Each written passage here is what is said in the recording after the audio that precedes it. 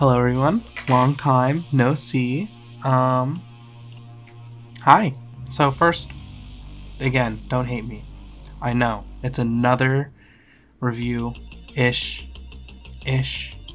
where I kind of diss a very popular show. Okay, I get it. I hear you guys out. To that I say, it's my opinion. I think Stranger Things is a pretty good show.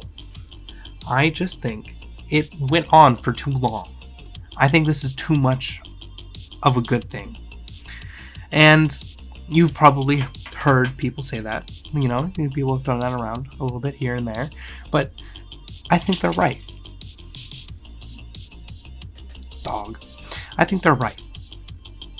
Season 1 had this very good formula. It had a nice element of sci-fi horror genre. It reminded me a lot of Alien. Reminded me a lot of 80s aesthetic movies. Some Terminator vibes. You know, a lot of it mixed everything really well together. And I think if they just stopped it at season 1, I would have called this a near perfect show. I really would have. Except it goes on for 3 more seasons, going on its 5th season. Now, that wouldn't be a problem if it kept all of the mystery and horror elements in it, because those are the aspects that I like the most. Except it doesn't. In fact, it loses that in season 2 and season 3. But it gains a lot of it back in season 4, which is why I really enjoy season 4. But on the contrary, there are not a lot of stakes in this show. A majority of the time, the show doesn't have any real stakes because in the finale, the people who are at stake of being killed are characters who were just introduced to that season. And that has been a trend in Stranger Things since season 1, with Barbara dying. Obviously, you can go like, well, everyone was introduced in season 1. Why didn't everyone die? Until I say, shut up. Barbara dies. Next season, Bob dies. 3rd season, Billy dies. 4th, Billy gets an exception because he was introduced in season 2, I think. Right? Season 2? Or season 3? I don't remember. So our characters don't feel like they're really in danger. 11, Mike,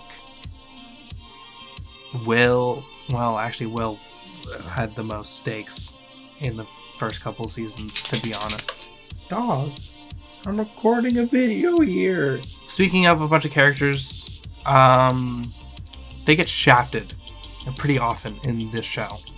I've never seen a show just shaft their characters as hard as Stranger Things does. Literally, season 1, you know, everyone has a pretty good balance. Not everyone has something to do, but they still are there. But Will is a very good example of characters who don't get anything to do. He hasn't done anything for like 3 whole seasons. Like, that's a lot to do. And it's like it's a trend that they have. They give a lot of interesting things for characters to do, and then they double the amount of characters who don't get to do cool, interesting things. Will, good example. I don't even remember the last time Caleb did something important aside from season 4. When has Caleb done anything like that? Another problem I have is the rush-up B-plot. This is the worst B-plot I've ever seen in a show because it's so boring and it only has something for the adults to do because they need the adults to do something, apparently. And it's just so boring. It's so boring and it feels like it's the worst part. It's like the weakest part It's the weakest part of Stranger Things. It's boring. The Russia antagonists are boring. The Red Scare is boring. It's boring and lame and doesn't hold up to the cool sci-fi elements like freaking a giant meat monster or a telepath or telekinetic telepath, whatever. But if most of my issues are aside from, like, you know, season 4, then why am I complaining now? Because season 4 showed me what the show could have been completely. Season 4 has really good horror elements. They bring back the horror elements. They bring back the mystery elements. And, you know, it's like, it's something that kind of keeps you on your seat. And it's, like, intriguing. And it wants you to sit there and figure out the mystery with them. Season 2 and Season 3 don't have that. Quite frankly, Season 2 just pulls in aliens and becomes a sci-fi action movie. And that's fine. Season 3, I don't even know what I would call that. It kind of stays with the sci-fi action genre. But Season 4 has this sci-fi horror. And that's what I really liked about the show, is that they had the sci-fi horror element. And then they lose it in Season 2, Season 3, and they bring it back. But it shows me that they could have had it the whole time, because the Duffer Brothers are much more capable of doing sci-fi and horror. Like, they are capable of doing that. And they just didn't give it to us. Vecna is a very strong villain. He's not the most compelling villain of all time. I wouldn't put him on my top 10 villains. Maybe of this year, I'd put him on the top 5, top 10, maybe. But overall, I would not put him up there.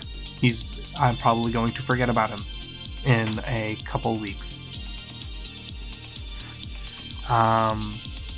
Ultimately, the show is just too much of a good thing. It tries to retreat back to its roots in Season 4, but it only fails to do so because you can see that it's kind of mimicking it, and you get the same old safe, pointless deaths in it, where there are no stakes. Season 1 had stakes for a reason, because everyone was new. Everyone was new and fresh, and you didn't know if they were going to kill literal children. Season 4 is the best out of the sequel seasons, but it's still not as good as Season 1. I feel like it just barely fails to live up to the Stranger Things name. And Season 4 just disappointed me, because it showed me how we could have had 4 truly great seasons, or maybe just 2 or 3 really good seasons, and it just kind of taunts you. So thank you guys so much for watching another You Know How to Media video, and thank you for bearing with me. I swear, again, I'm not so negative. I'm not negative. I just have problems with things. I'm not a contrarian. I'm not a contrarian. But thank you. If you guys want to support us, you can join our Discord and talk to us there. And subscribe, leave a like, comment. So you can also support us on Patreon. Maybe our Cash App if we have that set up. But anyways, I bid you guys adieu. All right. Ciao.